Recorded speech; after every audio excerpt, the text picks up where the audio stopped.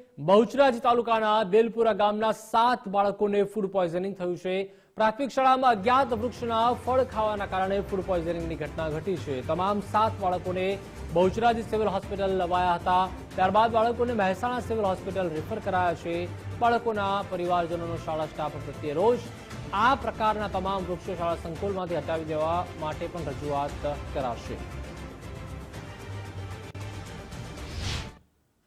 બહુચરાજી સિવિલની અંદર 7 નાના બાળકોને કંઈ અલગ પ્રકારના જેટ્રોપા ટ્રી નામનું જે ઝાડ હોવાનું અનુમાન લગાવેલું છે એના ફળ ખાવાથી ખાસ આપ જોઈ શકો છો કે જે નાના બાળકો છે એમને ખાસ ફૂડ પોઈઝનિંગની અસર થઈ છે અને જેમને બહુચરાજી સિવિલ હોસ્પિટલમાં ખાસ લાવવામાં આવ્યા છે। 7 જેટલા બાળકો છે અને એમને ફૂડ પોઈઝનિંગ થતા હાલમાં અહીંથી મહેસાણા રિફર કરવાની તજવીજ જે છે હાલ ધરાઈ રહી છે। સર, શું કહેશો? ખાસ જે બાળકો છે એમને કયા પ્રકારના શું આ લક્ષણો દેખાઈ રહ્યા છે? અત્યારે તો એક્યુટ ગેસ્ટ્રોએન્ટેરિટિસના લક્ષણો દેખાઈ રહ્યા છે।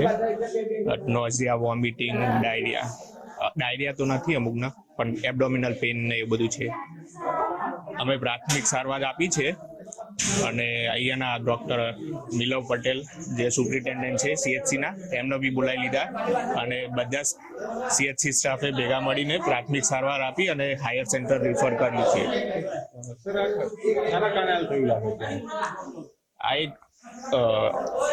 આ જે અનનોન આ ફળ ખાધું છે બાળકોએ, જે હજી ખબર નહીં પડી કોનું ફળ છે, એ આગળ શું ખબર પાડીશું। સર, કેટલા બાળકો છે અને ક્યાંથી આવેલા છે? 8 બાળકો છે જેમને આ તકલીફ થઈ છે। બધા સ્કૂલના બહાર રમતા હતા ને બધા ભેગા થઈને કંઈક મિસઅન્ડરસ્ટેન્ડિંગમાં આ ખાઈ લીધું છે।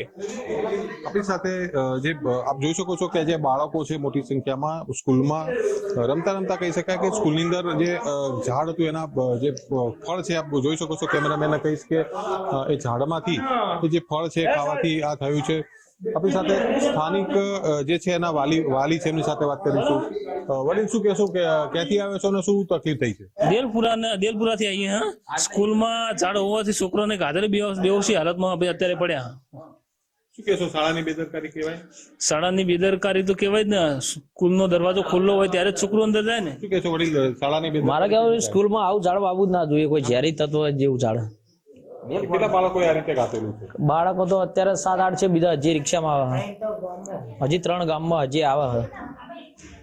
તો હતા વાલી કે જેવું જણાવી રહ્યું છે કે શાળાની બેદરકારી ચોક્કસથી ગણી શકાય કે આ પ્રકારનું જે ફ્રૂટ ટાઈપનું દેખાતું જે ફળ જે છે ઝાડ એનું આ ખાવાના કારણે સમગ્ર ઘટના બની છે। ત્યારે 7 બાળકોને અહીંયા બહુચરાજી સિવિલમાં લાવવામાં આવ્યા હતા અને ત્યારબાદ એમને મહેસાણા જે છે રિફર કરવામાં આવે છે। ત્યારે અન્ય 2 બાળકો હજુ પણ ગામમાં છે, તેમને અહીંયા લાવવામાં આવી રહ્યા છે તેવી માહિતી પ્રાપ્ત થઈ રહી છે। ત્યારે ચોક્કસપણે કે જે શાળા સંચાલકો જે છે, શાળાનો સ્ટાફ જે છે, એમના દ્વારા આની ખાસ તપાસ કરવી જોઈએ અને આ પ્રકારના ઝાડ જે છે શાળામાં વાવવા એ પણ યોગ્ય નથી, કારણ કે ફળ સમજીને બાળકો આ પ્રકારના ફ્રૂટો ખાતા હશે। આપ જોઈ શકો છો કે જે બાળકોને અહીંથી ખાસ અહીંયા 108ની મદદથી જે ટીમ છે, 108ની ટીમ છે, એમના દ્વારા અહીંયાથી ખસેડી અને મહેસાણા ખાતે રિફર કરવામાં આવ્યો છે। ત્યારે કહી શકાય કે જે વાલીઓનું એવું માનવું છે કે શાળાની બેદરકારીના કારણે સમગ્ર ઘટના બની છે।